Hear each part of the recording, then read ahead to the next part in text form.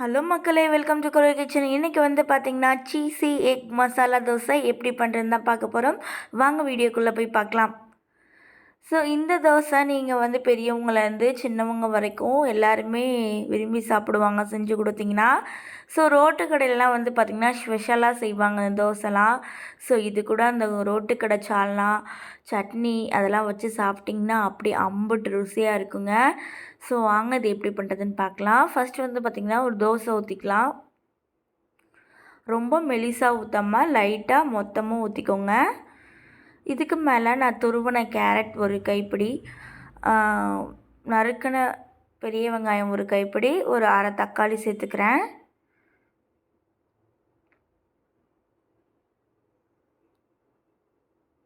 So இது மூணுமே சேர்த்தாச்சு.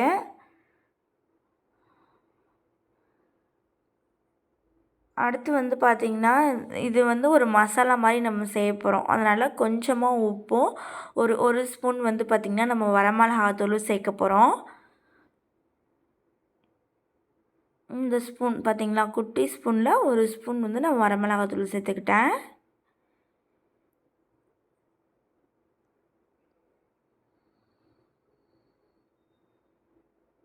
ஸோ இப்போ வந்து பார்த்திங்கன்னா தேவையான அளவு எண்ணெய் ஆட் பண்ணிக்கலாம்.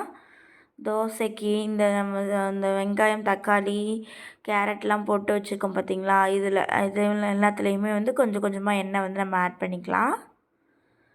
அடுத்து வந்து அவ்வளோதாங்க, இப்படி கலந்து விட்டுட்டு அந்த உப்பு மசாலா எல்லாமே வந்து எல்லாத்துலேயுமே வந்து சார்ந்ததுக்கப்புறமா நம்ம அப்படியே தோசை மேலே எல்லா சைடுமே வந்து நல்லா இந்த மாதிரி ஸ்ப்ரெட் பண்ணி விட்டுறணும். ஸோ இது வந்து நிஜமாலுமே அந்த ரோட்டுக்கடை சால்னா அந்த தண்ணியாக இருக்கும் பார்த்திங்களா, தேங்காய் சட்னி, அது கூட இந்த மசாலா தோசை வச்சு சாப்பிடும்போது அம்புட்டு ருசியாக இருக்குங்க. ஸோ நீங்கள் வந்து இது கண்டிப்பாக ட்ரை பண்ணி பாருங்கள் உங்கள் வீட்டிலையே.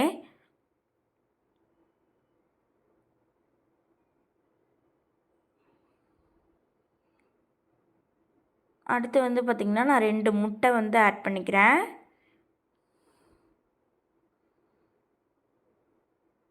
முட்டை ஆட் பண்ணதுக்கப்புறமா முட்டையுமே வந்து பார்த்திங்கன்னா நம்ம அந்த தோசை ஃபுல்லாக ஸ்ப்ரெட் பண்ணி விட்டுறணும்.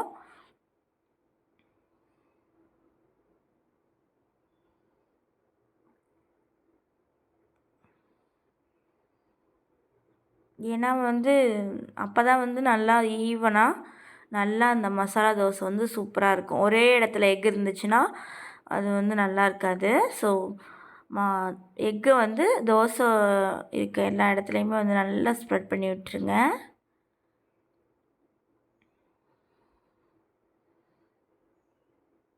இந்த தோசையை வந்து பார்த்திங்கன்னா நம்ம திருப்பிலாம் போட மாட்டாங்க. ஸோ அதனால் நீங்கள் வந்து இப்படியே வச்சே நல்லா குக் பண்ணிக்கோங்க. லாஸ்ட்டாக வந்து பார்த்திங்கன்னா நான் கொஞ்சமாக சீஸ் சேர்த்து நான் வந்து இந்த தோசையை மடிச்சுக்க போகிறேன்.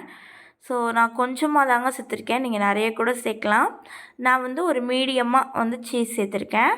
ஸோ என்ன சீஸ் உங்கள்கிட்ட இருக்கோ அதை வந்து நீங்கள் திருவி இந்த மாதிரி ஆட் பண்ணிக்கலாம். ஸோ சீஸ் சேர்த்துட்டும் நான் வந்து இந்த மாதிரி எல்லா பக்கமுமே நல்லா ஸ்ப்ரெட் பண்ணி விட்டுடுறேன்.